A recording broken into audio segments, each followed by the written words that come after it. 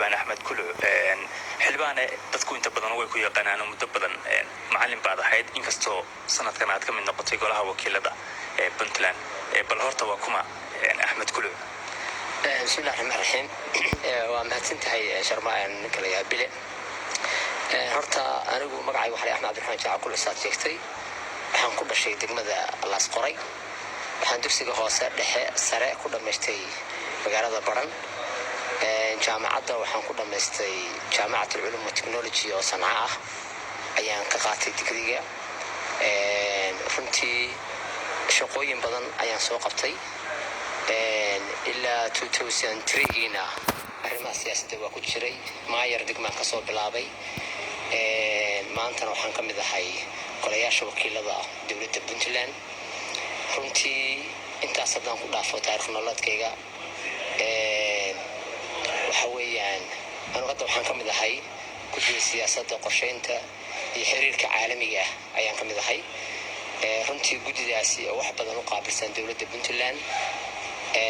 wasaaradaha say ku tacalluqdaa waxaa kaloo ka mid ah jaaliyadaha dibadda waxyaalaha maarta ka mid ah shaqooyinkayga wasaaradda qorsheynta waa ka mid waxaa kaloo ka mid ah socdaallada iyo jinsiyadaha runtii intii hadda labada kala fadhi u dhaxaysana wax badan baan qabanay waa tahay xildhibaan marka la eego guddigan shaqooyin badan oo shalay golaha ay ka soo jeediyeen oo ay soo qabteen muddadii baarlamaanka u xirnaa labada kala fadhi u dhaxaysay waxaa ka mid ahayd arrimaha qorshayaasha iyo siyaasadda dowladdu ay samaysay gaar ahaan wasaaradda qorsheynta oo shirkii maalgashiga iyo arrimo kale iyo sidoo kale wakiilo madaxweynuhu magacaabay bal wakiiladaas tiradooda iyo shaqooyinka ay qabtaan iyo sidoo kale guulaha arrimaha qorsheynta iyo siyaasadda Puntland hadda laga gaaray aad u mahadsantihiin horta runtii waxa weeyaan wasaaradda qorsheynta oo kale tusaale ahaan waxay qabatay shirka jihaynta siyaasadda ayay qabatay oo muddo kooban lagu jiray runtii shirkaasi waxaa shir wax ku ool ah oo tubtii jihada siyaasadda ee Puntland ayaa lagu falanqeynaya guulo badan oo laga soo hoyay waan rajaynaynaa haddii tubtaas lagu socdo in wax badan ay ka hagaagi doonaan Puntland haddii wax badan baa u dhaqaaqay sidoo kale wasaaraddu waxay qorshaysay maaragtay wasaarad kasta wixii maaragtay ku shaqayn lahayd iyo hay'adaha wixii ka heli lahayd ayuu jahaysay iyadoo arrin fiican bay ahayd sidoo kale jaaliyadaha dibadda xubno cusub baa la magacaabay oo aan rajaynayno xubnaha cusub ee madaxweynaha Puntland uu magacaabay inay firfircooni badan iyo isku xir dadka dalka iyo kuwa dibadda jooga ay maaragtay laga heli doono kuwaasna waxaan rajaynaynaa insha Allah taala wax badan qabtaan waayo waxaad moodaa jaaliyadaha dibadda iyo kuwa maaragtay inaysan iyaga laftooda isku xirnayn laakiin kuwa hadda la magacaabay ayaan waxaan rajaynaa wax badan ka bedelaan wax dhaqaajiyaan Soomaalida xukuumaha mahada biyo fadhiya kuwa socda ayaa dhaqaajiya waxa arintaas rajo badan baan ka qabnaa shirkii maalgashiga oo kale wuxuu ahaa waxaan Soomaaliya ka dhacay 30 sano la soo dhaafay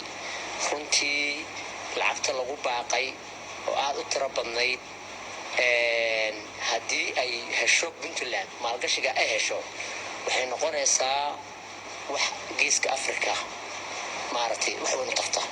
oo maaragtay dhaqaale badan oo ka soo galo Puntland ay ku hodan ku noqoto marka taasna arrin fiican bay ahayd maalgashiyaal dad badan oo maalgashiga ka soo qayb galay kuwa dariska iyo kuwa dibadda aba intuba waxay daneynayeen Puntland inay maalgashadaan waxaana keenaysa Puntland la maalgashado waa dhowr qodob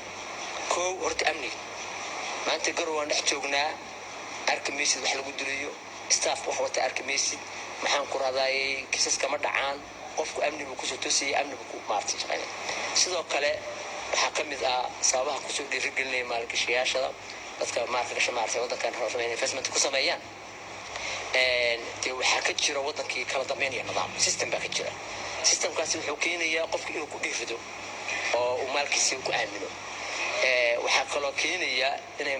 dadka investment-ka wada ay ku soo dhiiradaan wadanka khayraad diin buu leeyahay khayraadkaasi wuxuu keenayaa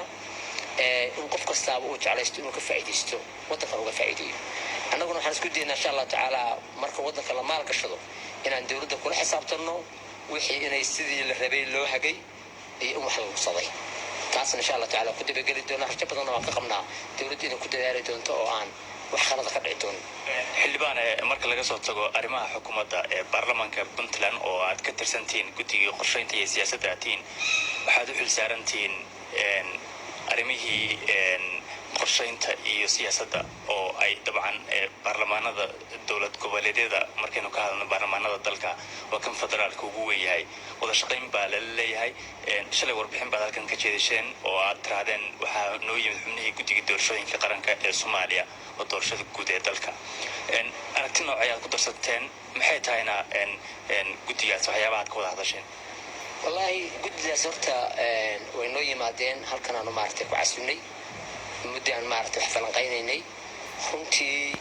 dastuurku baan ka hadlaynay dastuurkuna wuxuu ka bixilayahay qabyo